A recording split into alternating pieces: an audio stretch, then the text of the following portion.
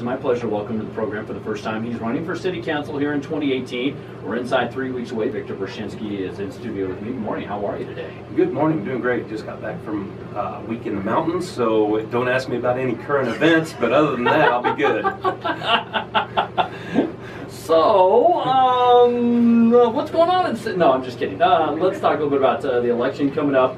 Got past the first round of voting, and now here we are on to the general election. Take me back to the primary. Were you kind of nervous? I wasn't. I didn't really know what to expect in the primary. I mean, I'd never run for any kind of office before. People told me, yeah, just throw your name on the ballot, put up some signs, and away you go. And that's exactly what I did. And I was fortunate enough to make it through the primary. So I put a lot more effort into the general election here, running some signs and knocking on doors and talking to people, trying to figure out what the people in my district really want me to focus on as a city council person. I mean, I've got a lot of great ideas from them. Had some preconceived notions coming in, I think, that maybe have been dispelled a little bit, talking with the existing city council and some of the city people.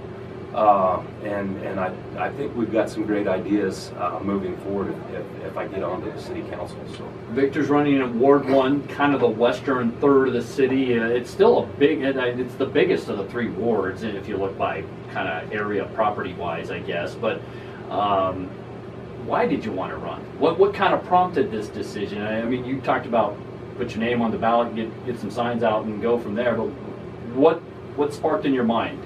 Well, it was a combination of things. We'd talked at the golf course in men's club golf. We hang around every Thursday night after we golf around, and people say, hey, we talk about politics up here all the time. You need to run for city council. And I said, no, I'm not going to do it. I'm not a politician. I don't have the time or desire to put into something like that. And finally, my brother's building a new house, and watching him go through the permitting process was kind of one of the last straws on why I threw my hat in the ring. Okay. And the other was my wife and I went to the dump with a load of sticks and leaves, and we were sitting behind a line of probably 10 cars, and with a load of sticks and leaves that are free, and I thought, why is this the process? Maybe we could simplify this a little bit. Okay. So it seems to me that there was some low-hanging fruit out there to just improve our quality of life and maybe the enjoyment of life here in Laramie a little bit more. And those were really the defining moments in me making the decision to run for city council. Again, talking with Victor Bershinsky, candidate for City Council Ward 1 here on the program. We're going to talk with Victor coming up again here in a couple weeks. So you talk about you're going to focus on a few different things. You want to focus on reliable infrastructure, economic growth, and quality of life. 3 big topics, I think, for what's going on. Reliable infrastructure. What are you focusing on with that?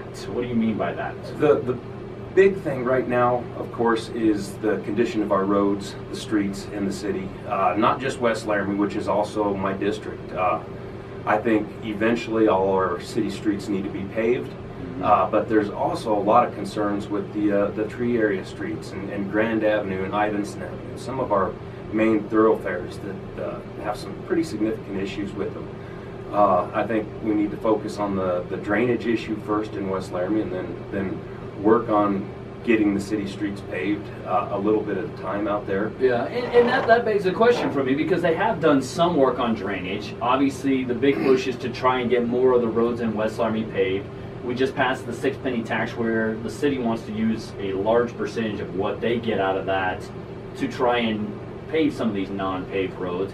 And now the next step is, determining what type of road people want. Do you want a full curb and gutter? Do you want, and a lot of that has to do with money.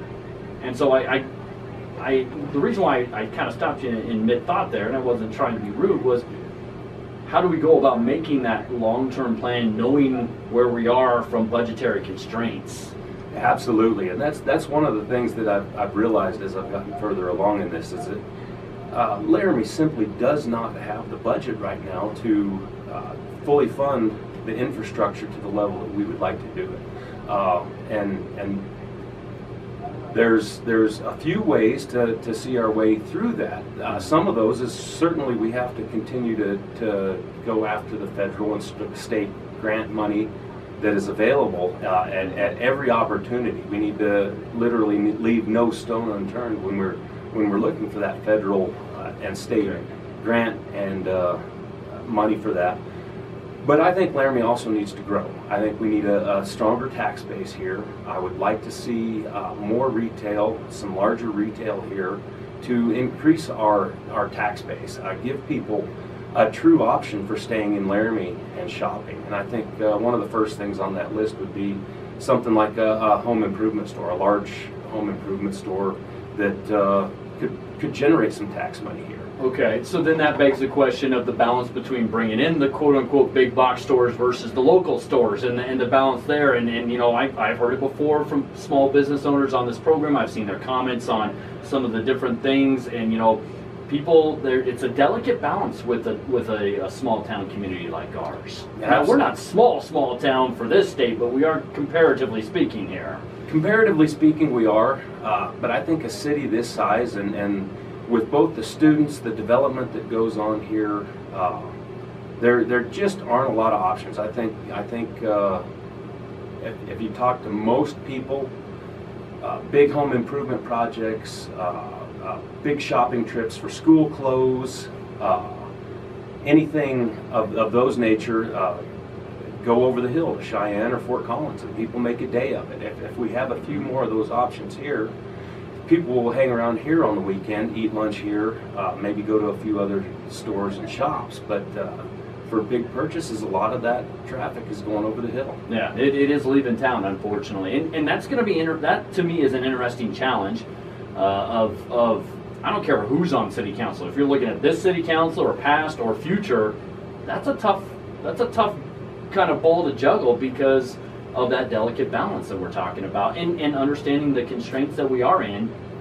And so the question becomes, I guess, to you or anyone else who's running is, and I'll ask this of another candidate who'll be in here on Monday morning, is how do we get this business climate kind of going back in the right direction? I mean, we've diversified a little bit with some of the things that have come into town, but everybody still talks about economic diversification.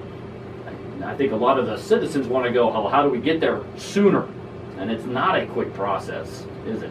It is not a quick process, but I think some of the things that can be done in planning and permitting, as well as working with the businesses that want to be here, some of the things that recently have come to light, things like the Verizon data center, things like that we're seemingly so close, and we just missed on that because of a lot of that was infrastructure and also amenities that we had or did not have available here in town.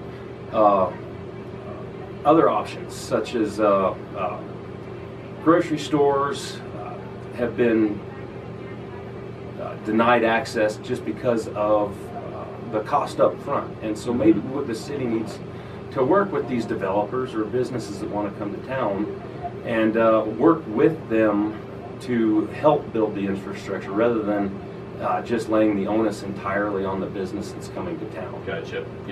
You also talk about quality of life, and you talk about, and these are always hot topics: fire and police, parks and rec, mosquito control, snow removal. Those are two of the bigger topics that seemingly get brought up by me and everybody else in this community all the time.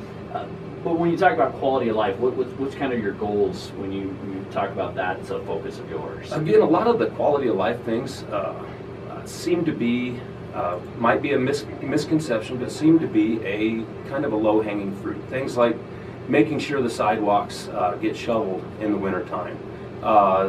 Concerns from the elderly people in the community. Laramie's kind of gentrification a little bit, maybe. Maybe we're getting elderly community, more of a retire-in-place type community. Mm-hmm. These people have concerns about getting out in the winter when maybe their walk is shoveled and their neighbors is not. They can't get around. And so I think a lot of that comes to enforcement, but there also maybe needs to be a plan on how to account for the